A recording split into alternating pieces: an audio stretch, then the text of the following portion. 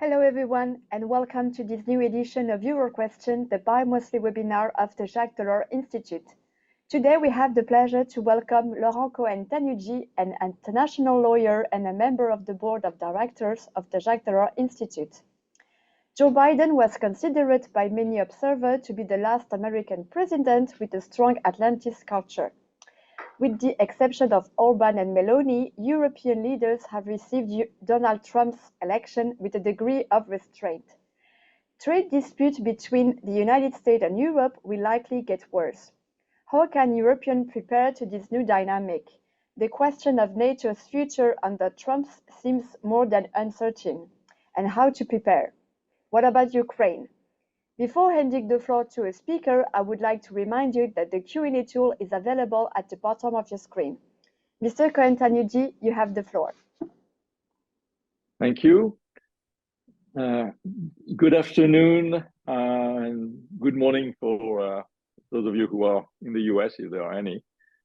Well, you won't be surprised if I open by saying that Trump, the return, is not a good movie for America, for democracy, and for the world, and for Europe in particular. But unfortunately, it's not a movie, it's reality. And it raises huge challenges to Europe's security, economy, and political stability. So I will, in those 15 minutes or so that I will be talking, address those challenges: security and defense, trade and macroeconomics, multilateralism, and finally political stability and democracy. And then and I will address those risks or those threats based on Trump's agenda and based on his first term. Of course, we'll see what happens when he takes over. And perhaps we can talk about potential mitigants to those risks during the Q&A session. So first, as you all know, Donald Trump doesn't like the European Union. He views it as a parasite in terms of taking advantage of US generosity in security and defense, and he views it as a competitor in economic terms. So the first area of risk, the first challenge is security and defense. Trump has talked about withdrawing from NATO. He had already done that in his first term and didn't do it. Reducing US military presence in Europe. And probably most importantly and critically, ending US military support and financial support for Ukraine and forcing a peace pretty much on Russia's terms. So probably that, I mean, I don't think that the US will withdraw from NATO. There are a number of impediments to that.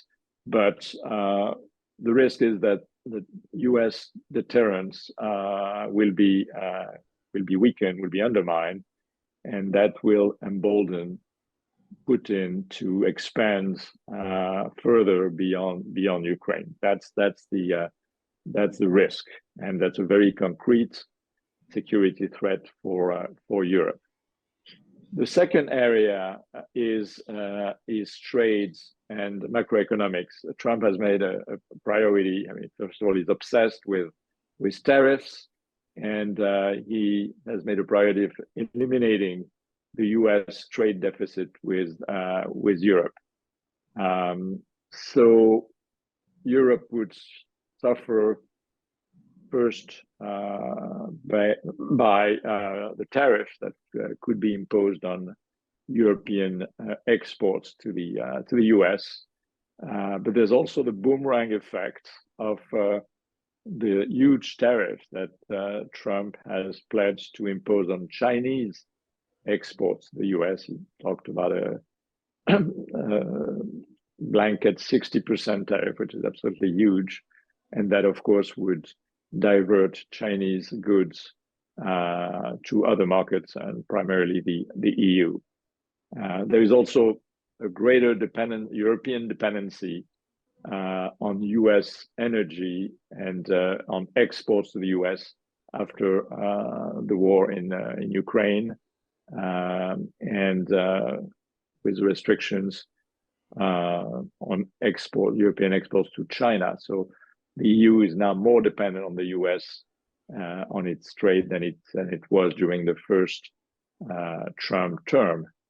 And then there's, of course, the risk for Europe to be caught in the middle of the US-China technology war, and to have to sort of choose sides. It's something that we've already seen in the past, but is likely to be even stronger in the second Trump administration.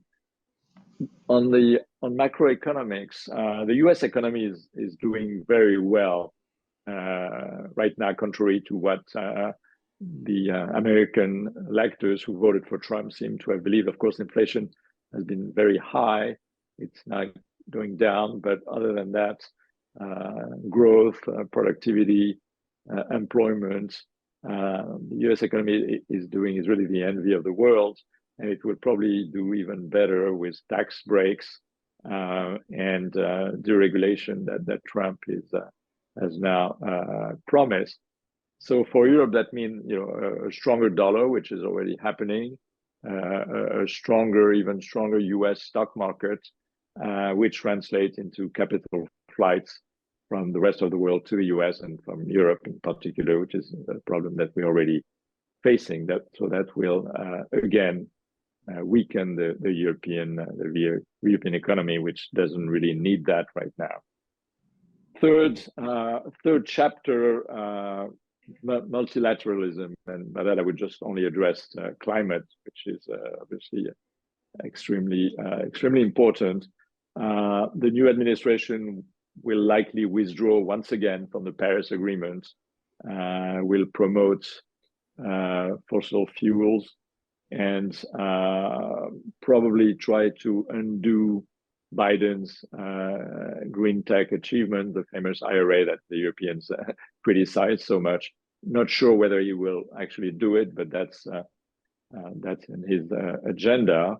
And generally, the sort of withdrawal of the US will embolden the anti-climate pushback around the world and in Europe. So that's a very, given the general situation of the climate objectives today, that is extremely concerning. Another area of multilateralism is, of course, the WTO, which is already in very bad shape, and which Trump, I think, wants to destroy entirely. Finally, and I'm sorry not to be very optimistic, the fourth area is Europe's political stability and the whole topic of democracy and the rule of law. Though the challenges on security and on trade will inevitably put pressure on Europe and risk dividing the European country, which has different interests, and some of them will try to negotiate some bilateral deals with Trump, which is his specialty. Others will try to resist. So there's a real risk of division and fragmentation, which is really an existential risk for the European Union. In addition, Trump's broad victory and the popular vote, which is quite striking in the US, that victory and that legitimacy will strengthen the populist and extreme right parties in Europe that are already on the rise. And then Europe is finding itself isolated in a world run by autocrats, from Trump, Putin, Xi Jinping, Erdogan, Modi, and here's the Europe, which doesn't even have a proper president. So that's a lot of trouble ahead for for the EU. So to conclude this introduction, what are the priorities for Europe now? The first one, I think, is to stay united, to avoid, to the extent possible, division, fragmentation, keep a united front. Second, continue and strengthen support for Ukraine if the US will withdraw or will reduce its support. Third, of course, invest in defense, create a true European defense industry. That's something that should have that some progress has been made, but the opportunity of the first Trump administration, the wake-up call has not really been listened to. I guess the election of Joe Biden in 2020 made it seem like Trump was an aberration, but unfortunately, that's not the case. And so there's a real need to double down on European defense, and linked to that, of course, the need to revive the European economy to boost productivity and growth, which is the subject of the Letta and the Draghi reports. But that's a real priority, and that has obviously consequences on structural reforms in the member states, and that, as we know, is extremely difficult, especially in France. Germany now is having a political problem, so Europe is in a weak position generally today to face these challenges. Fifth priority: identify leverages on trade in particular. Europe is a really large market. It does have some leverage. It needs to identify it and enforce this leverage if need be. And finally, renew and strengthen ties with the UK, particularly on defense, but not only. I think the opportunity is there with a new Labour government, and probably Trump will treat the UK as a second-class citizen. So there's a real opportunity to try to progressively get back to strong alliance with the UK, but also other European and non-European democracies, which we should build a coalition with. So I'll stop there and to give enough time for questions. Thank you very much for listening. Thank you very much for your presentation. So I guess we have to wait to see if Europe has fastened the seatbelts before January 2025. Maybe a first question. So with Donald Trump in the White House back, General de Gaulle prophecy is coming true. One day the United States will leave the old continent. So is it irreversible? No, I don't think so. I think that there's been a conjunction of factors that led Donald Trump back to the White House. You could blame a number of factors, but the primary one has been inflation and immigration. So I think those mistakes can and should be corrected soon. The midterms are in 2 years, and I think the Democrats have to and are starting to prepare for that. They were probably put to sleep by the success in the 2022 midterms. But so no, I don't think it's irreversible. I'm hopeful that the US will eventually get back to be a close ally of Europe, and we'll see even what happens during this Trump administration. I'm not sure he will be able to do everything he has announced. Thank you. Maybe a second question. So the victory of Donald Trump too is also the victory of nationalism and isolatism, whereas the European Union was built on multilateralism and respect of law standards. So how can these two visions be reconciled? Well, first of all, there is a trend towards populism and nationalism everywhere, including in Europe, in each of the member states. So it's not the U.S. is not, the only one in that. And the fact that the left, the Democrat, but the left in general in Europe, and elsewhere, lost the working class and the middle class, it's a universal phenomenon in Western democracies. So, and as far as isolationism, even the Republican Party is very divided on this. You've got the isolationists, sure, but you also have the primacists, people who think that the US should maintain its military and technological supremacy in the world. And you've got what's called the priorists who prioritize China.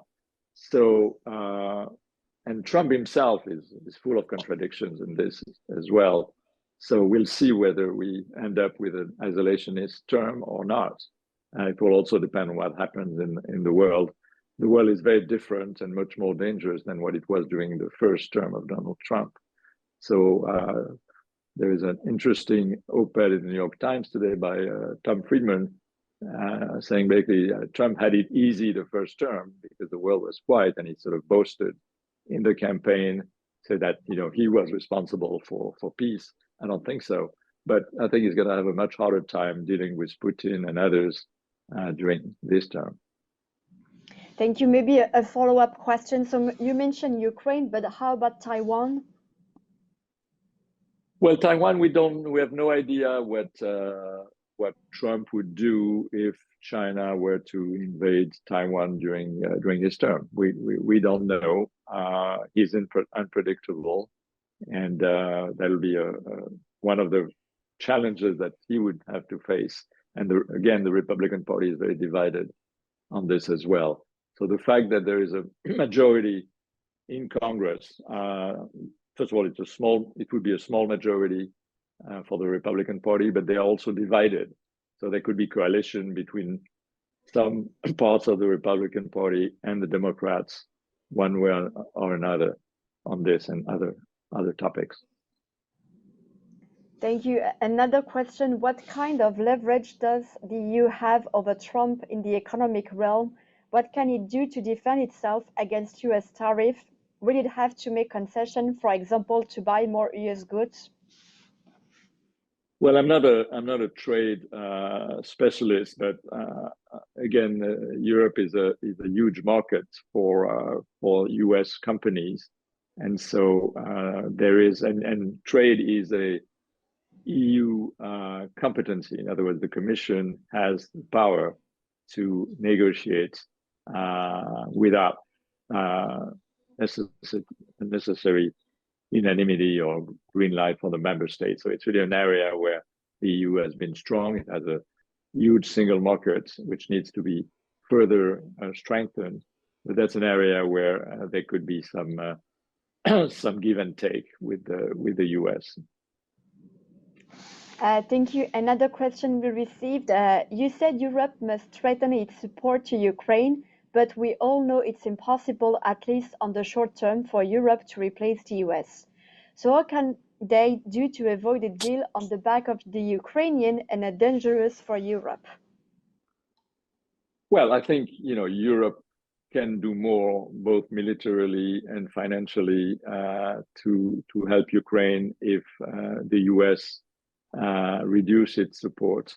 Not to the same extent, but Europe has done quite a bit already, and so I think there's more that could be done. But also, I don't think it's going to be that easy for Trump to negotiate the peace that he boasted that he'd be able to do in 24 hours, because it's not clear that Putin would just be satisfied even keeping the territories that Russia has conquered so far, assuming it would be acceptable for Ukraine. So Putin may want more, and that may be not acceptable for the US, because it would mean really a defeat of the West generally.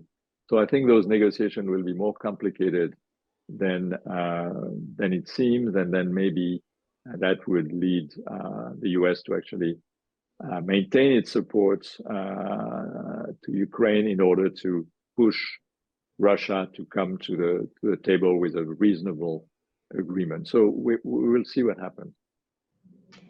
Thank you. You mentioned in your presentation a potential and I think certain withdrawal from the Paris Agreement on climate by the US under Trump. But how will Trump re-election affect Europe energy transition, according to you? The US energy transition? Well, there's this. First of all, Trump will favor, fossil fuels and oil and gas. I mean, that's one of the reasons why he won so much in the in the Sun Belt. But also the question of whether he would repeal the IRA, the Inflation Reduction Act. I mean, the green tech infrastructure investments of the Biden administration. But that has brought growth, employment to the US, including in Republican states, and so I think there'll be quite an opposition against that. Also, a lot of the green transition in the U.S. Happens through the states and through cities and through companies. So that will continue. So there's hope there. And on the impact of the Trump administration on climate and energy on Europe, do you think that it would have, an effect on Europe's energy transition, on the Green Deal, for example?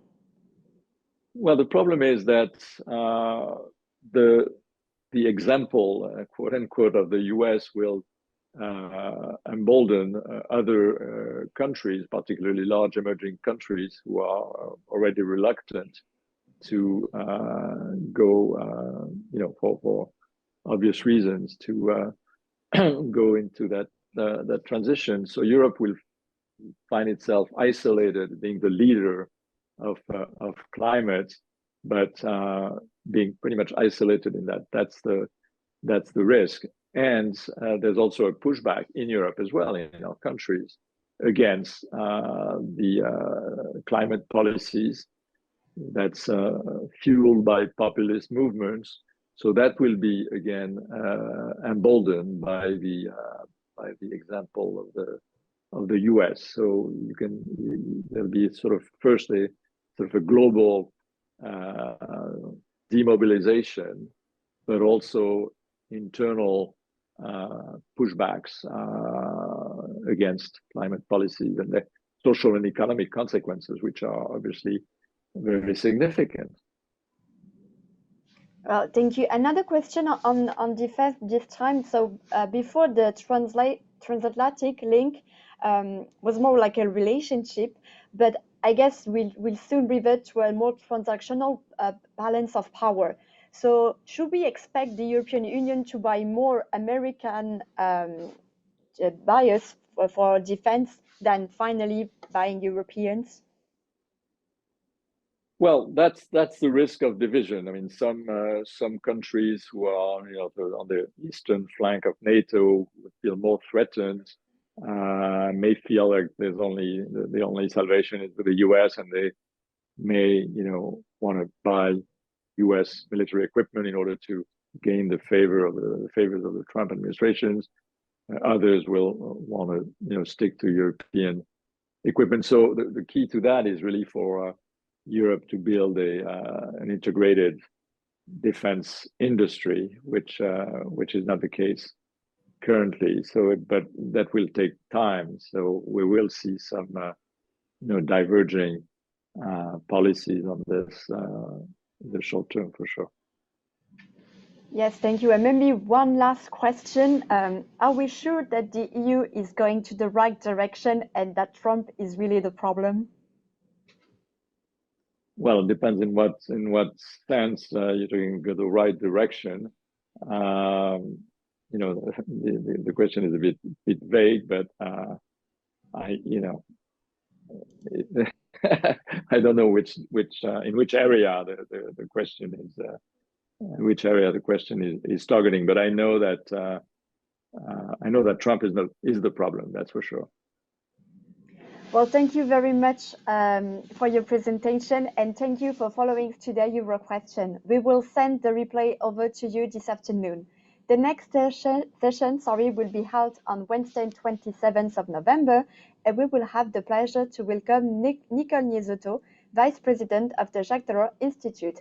She will present her latest book, Choisir l'avenir, 10 réponses sur le monde qui vient, and we will discuss why do Europeans feel that the worst is yet to come. Please note that this webinar will be held in French. So thank you again, Mr. Cohen-Tanugi, and thank you, everyone. Thank you.